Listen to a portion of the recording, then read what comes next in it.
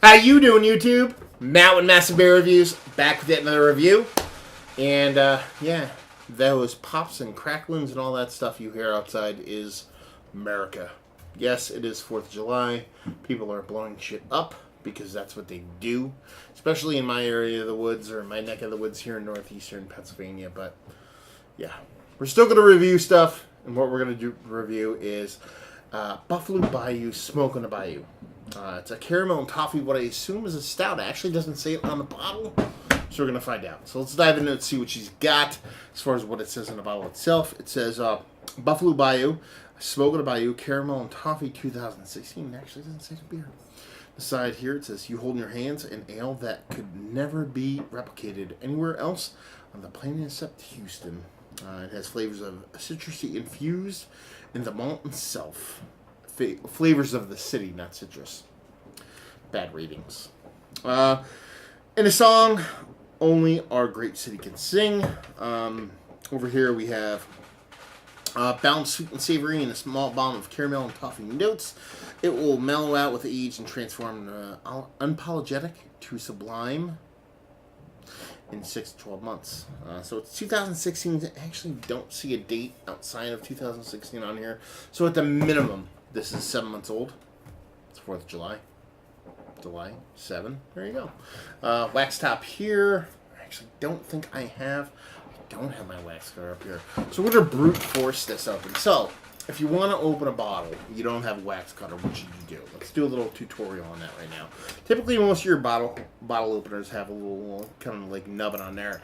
If you kind of just like work it and drive that in there and just rotate it back and forth, typically you can get actually at the cap, if not peel off the wax itself. So, and then usually you can work yourself underneath that and peel the cap. So there you go. This is an easy wax top. It wasn't super thick. Some other ones will be way worse. I'm looking at you. What's that brewery? Tuscan Grain. They're the worst out there in California. So see what we got. Now I actually said I assumed it was going to be some kind of stout. Definitely coming off more kind of like old ale, English ale style in color. Get a fat pour here. Drop it on there.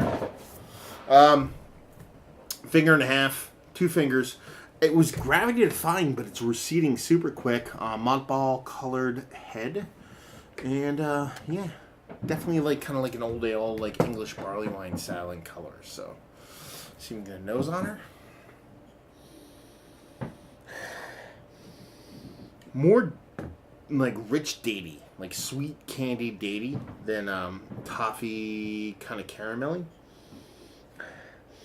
There's a sweetness there, definite sweetness there, but it's definitely like kind of rich, sweet candied dates, if anything else. If you ask me to kind of place the beer style, I have no idea actually. Just sweet, sweet upon sweet and sweet. Definitely lean more kind of like barley wine-ish. I don't know if they actually give you an ABV on here also. No. I don't see it here. So yeah. Smells like it's going to be like relatively high in ABV, but nothing too crazy. Single digits, but just on the edge of that. But yeah. It's all about those rich candied figginess.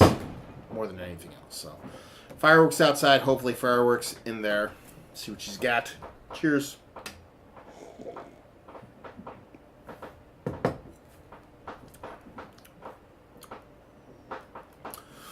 Yeah. Really not much going on, man. Like burnt brown sugar caramel. Kind of watered down sugar daddy vibes. It's kind of the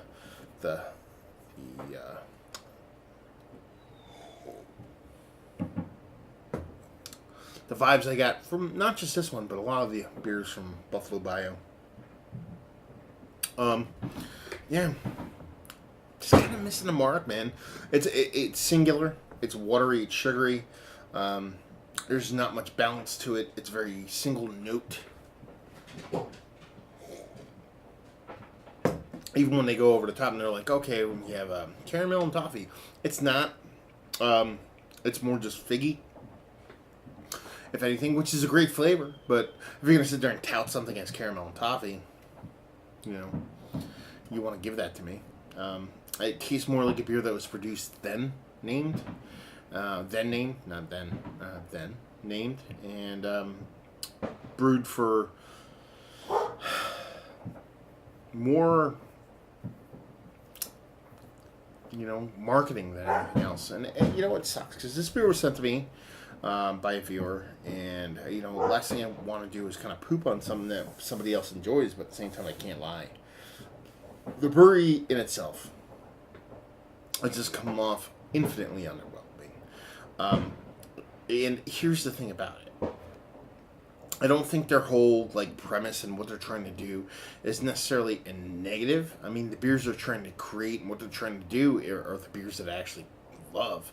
I mean, you know, the big, bold, dark beers with, you know, they're trying to make.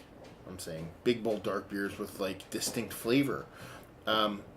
But you know, from their labels, which are pretty freaking fantastic, to this wax dripping off the edge, the whole nine. They're focusing on the wrong things. They're focusing on the outside of the bottle. They should just make beers, dial them in, make them fucking delicious, then worry about this shit. You know what I mean? Yeah, I love me some fucking weird wax on a bottle. It's fucking fantastic. It looks sexy as hell. Slutty and delicious and fucking fantastic, but it doesn't portray what's in the beer. There is a certain standard to what you should deliver when you put stuff in a bottle in a certain way. If you're putting a beer in a bottle, just in a bottle with a cap, all bets are off. You know, you have nice kind of textured labels here with great artwork. You know, I'm going to assume more times than not the beer is going to be great, but if it's just a beer in a bottle, whatever.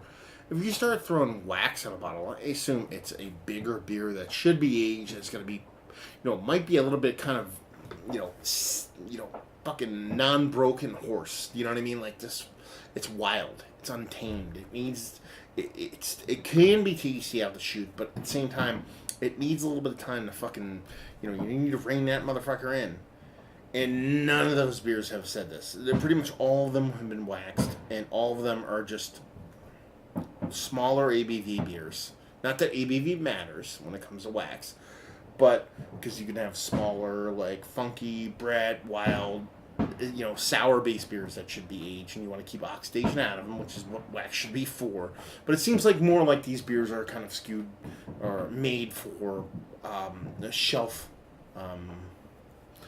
notoriety, as opposed to actually being a beer that you'd be like, holy shit, this thing's good, or we should age these. And that's kind of the problem. So, not bad, not negative, just uninspiring. You know, a little bit, I'm gonna say it, a little bit kind of creepy, because they're preying on the marketing aspect of things when they should just be trying to focus on making good beers. So let's talk about it. Is it one of the better ales? Because that's what they call it. Ales have had as of late. No. Faggot availability, don't know, it was sent to me. And just say if you like what we like this. If you like, beer. I mean, it's not bad. That's the thing. I'm trying to poop on it. It's not negative. It's not going to make you sick. It's not the worst beer I've ever had in my life, but for what it's trying to be and the presentation it's trying to throw out there, it just under-delivers to the nth degree. So, if you're looking for a big, robust, kind of English-style barley wine, which, you know, when I think of caramels and toffees, that's what I think of. This is not what you want to look for. So there you go. Another review in the books. If you have words, you like to talk, down there. I'll get back to you eventually. If you want to check me out in somewhere else but YouTube, Massive Beers, all one word, all the social medias. And hopefully you guys enjoyed the review. Hopefully enjoying a better beer than this one. And hopefully see you next time. Cheers.